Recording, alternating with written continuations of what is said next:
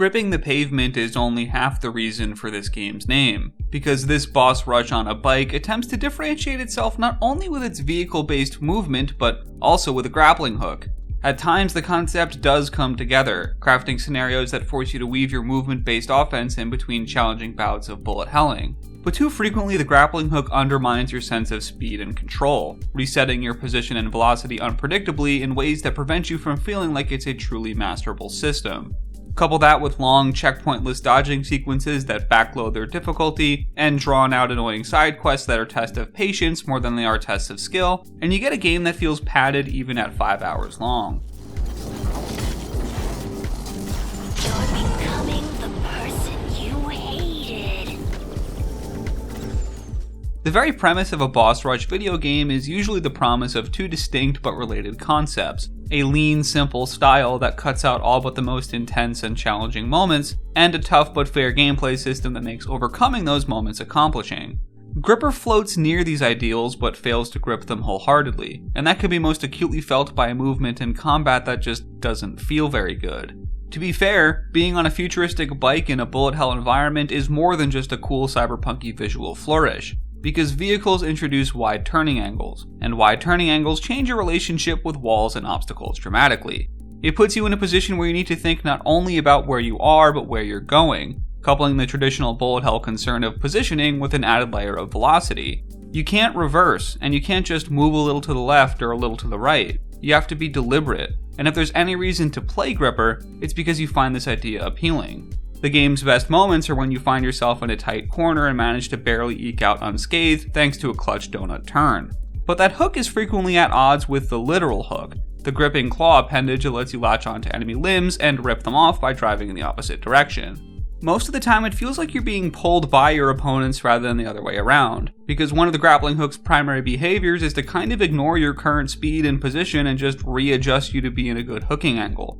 It ranges from mildly unsatisfying to outright unpredictable, compounded by the fact that bosses sometimes have multiple limbs stacked near each other you might accidentally grab. It also doesn't have any flexibility, lacking the ability to do intuitive actions you'd think it could based on its visual design. During the first boss, I had a giant limb grabbed behind me that was begging to be slid around and careened into little enemies that were following me, yet that didn't do anything and just went right through their models. You also can't use the grappling hook on any terrain to pull or slingshot yourself around different locations. It's just there to grab and throw highlighted items that the developers allow, and consequently makes the game feel like weak point Simon Says. It expects you to play by its very rigid rules, something I'd be more receptive to if the game feel was better and the rules were more fun.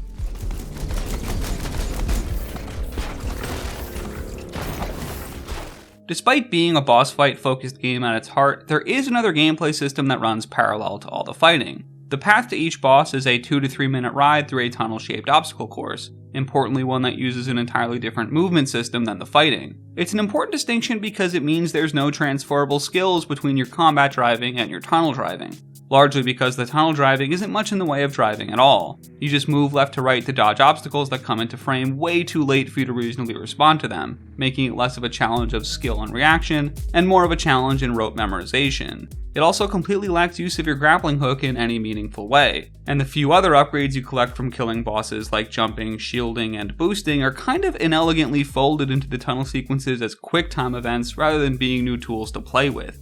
Their lack of checkpoints and tendency to put all the really hard annoying obstacles towards the end of boring minute-long slogs of easiness makes it clear that this is the lesser half of the game, despite the fact that you'll spend as much time frustratingly restarting them thanks to cheesy obstacle placement and a bike nose that sticks your hitbox out just a tad too far. The only qualities you'll find shared between the combat and tunnel sequences are their reliance on memorization, shallow pattern recognition, and tendency to reward being reactive instead of proactive. These sequences also don't interact with the unlockable character upgrades. In addition to your big tentpole moves like the previously mentioned jumping, boosting, and shielding, you can also distribute skill points into health upgrades, consumable items, and a few other optional abilities. These skills only work in the combat half of the game, and importantly, only sometimes there too. Because one of the most frustrating experiences was getting stuck on a boss for a while because he was immune to the turrets I committed a lot of my upgrade points towards, and lack of a respec option prevented me from redistributing to better fit the needs of that encounter. You can go back and replay old bosses to gain more points by doing optional side quests, but these side quests were often too bloated to be enjoyable. They can only be completed sequentially, and they typically demand waiting out multiple cycles of just letting the boss do their thing, then killing them, as opposed to alternative methods of taking them down.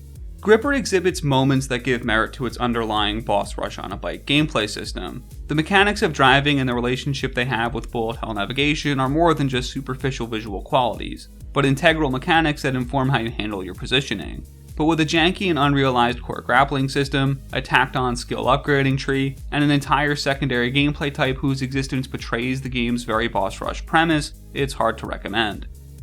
Though at times it can be entertaining, it always falls short of being truly gripping.